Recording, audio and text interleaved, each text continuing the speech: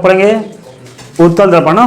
देखिए उत्तल दर्पण क्या हो, उत्तल दर्पण गोलीय दर्पण का एक प्रकार है ना। गोलीय दर्पण पीछे पड़ा ना, ये गोलीय दर्पण दो प्रकार होता है, एक उत्तल दर्पण एक अवतल। तो अवतल पीछे पड़ गया है, अभी पढ़ना है क्या उत्तल दर्पण। ना ए वैसा गोलीय दर्पण जिसका परावर्तक सतह मतलब यहाँ से प्रकाश आने लगा हो उठा हो, क्या हो उठा हो, और जो धंसा हुआ भाग है वो क्या हो, जो धंसा हुआ भाग है वो क्या हो कलई किया हो, उसे कहेंगे उत्तल दर्पण। इसे कहेंगे उत्तल दर्पण है, यानी वैसा गोलीय दर्पण जिसका परावर्तक सतह उठा हो उसे कहेंगे उत्तल दर्पण। उत्तल दर्पण क्या होता है, एक अपसारी दर्पण होता है। अपसारी मतलब ये प्रकाश क्या करता है, ये जो भी प्रकाश से एक निश्चित बिंदु से प्रकाश क्या होते हैं फैलते हुए प्रतीत होती है, क्या होती है फैलते हुए प्रतीत होती है ना।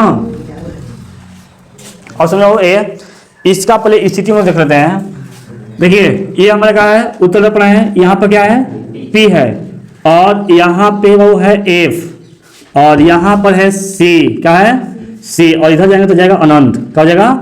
देखिए इधर भी अनंत है, तो वस्तु को देखो, वस्तु को हम कहाँ रखेंगे, कभी भी दर्पण क्या होता है सुना, दर्पण के सामने ही रखा जाएगा वस्तु ना, पीछे थोड़ी रखा जाएगा। ये जो भी है ना ये काल्पनिक रूप से है ना, क्योंकि ये दर्पण का पीछे का भाग है, कलाई भाग है, और दर्पण के पीछे का भाग दिखाई देगा कभी कभी नहीं देगा, तो इसको हम काल्पनिक रूप से रखे हैं F और C।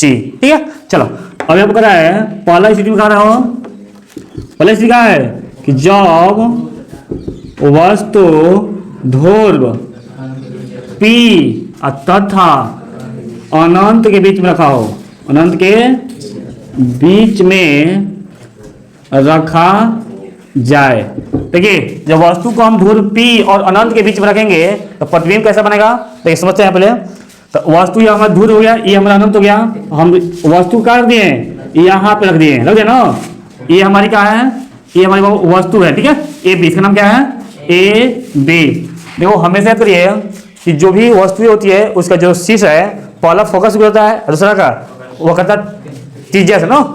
चलिए तो पहला क्या होगा, ये जाएगा ये दर्पण पे आएगा ना, क्या होगा वो दर्पण पे आ गया, और टकराने के बाद ये क्या होगा ऐसे रिटर्न होगा ना।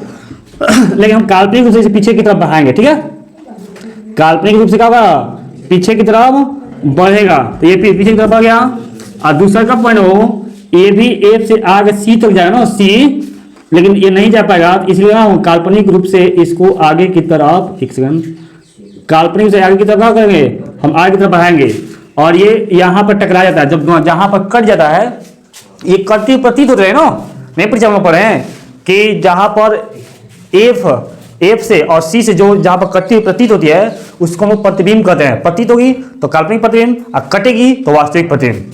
तो यहाँ पर क्या हुई हमारी क्या हुई वस्तु मिल गई, प्रतिबिंब ना, वस्तु का प्रतिबिंब मिल गया, तो सीधा है ना, देखो ऊपर पर लिखा है सीधा गया नहीं आ गया, तो ये हमारा बना प्रतिबिंब A' B', ठीक है। तो अब देखिए आंसर का इसका, जब वस्तु AB को हम ध्रुव P और अनंत के बीच में रखेंगे तो ये प्रतिबिंब कहाँ बनेगा, दर्पण के पीछे बनेगा, दर्पण के पीछे बनेगा, कहाँ बाबू फोकस और ध्रुव फोकस, एक सेकंड, ध्रुव और फोकस के बीच में, ध्रुव और फोकस बिंदु के बीच में कैसे बना बाबू। देखिए ये बड़ा है तो छोटा बना है ना, बड़ा तो कैसे बना है, और जब ये काल्पनिक रूप से कटा है तो इसको काल्पनिक क्या कहेंगे ना, काल्पनिक है और सीधा है। पीछे हम लोग पढ़े भी थे कि जो भी प्रतिबिंब काल्पनिक बनती है वो हमेशा सीधा होती है, और जो भी प्रतिबिंब वास्तविक बनती है हमेशा उल्टा होती है। तो यहाँ पर लिखेंगे कहा कहीं वो है प्रतिबिंब कैसे बनेगा, प्रतिबिंब की स्थिति क्या होगी बनेगा दर्पण के पीछे, दर्पण के पीछे P तथा F के बीच। चलिए वस्तु से छोटा काल्पनिक तथा सीधा, ये हमारा आंसर हो गया, ठीक है ना। चलो अब एक और स्थिति दिया, दोनों का दिया स्थिति, जब वस्तु को हम F पर रखेंगे ना, कहेंगे फोकस पर, जब वस्तु को, अच्छा फोकस पर नहीं लिखा है ना, अनंत पे फोकस, देखिए सेम उल्टा है ना, कभी भी पूछता है यदि वस्तु अनंत पे रखेंगे तो प्रतिबिंब बनेगा फोकस पर, यदि फोकस पर रखेंगे तो बनेगा अनंत पे। तो जब वस्तु को अनंत पर रखा जाए, कहाँ रखा जाए अनंत पर रखा जाए तब, देखिए फिर समझा देते हैं, ठीक है।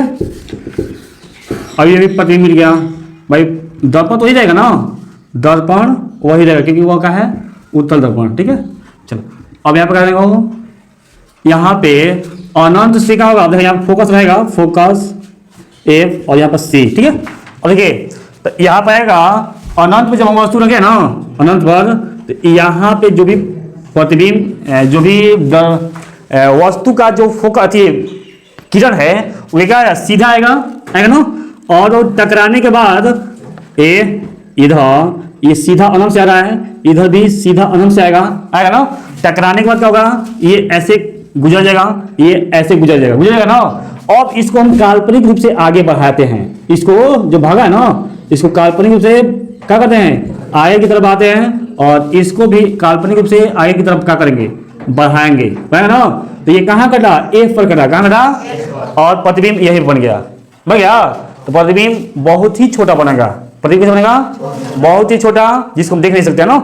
इसके स्थिति में क्या होगा, ये दर्पण के पीछे बनेगा। तो एक और बात है, उत्तल दर्पण में हमेशा प्रतिबिंब कैसे बनता है, दर्पण के पीछे बनता है, काल्पनिक बनता है, छोटा बनता है, ठीक है, और सीधा बनेगा। तो इसकी स्थिति में भी क्या होगा, प्रतिबिंब कैसे बनेगा, हाँ प्रतिबिंब कैसे बनेगा, दर्पण के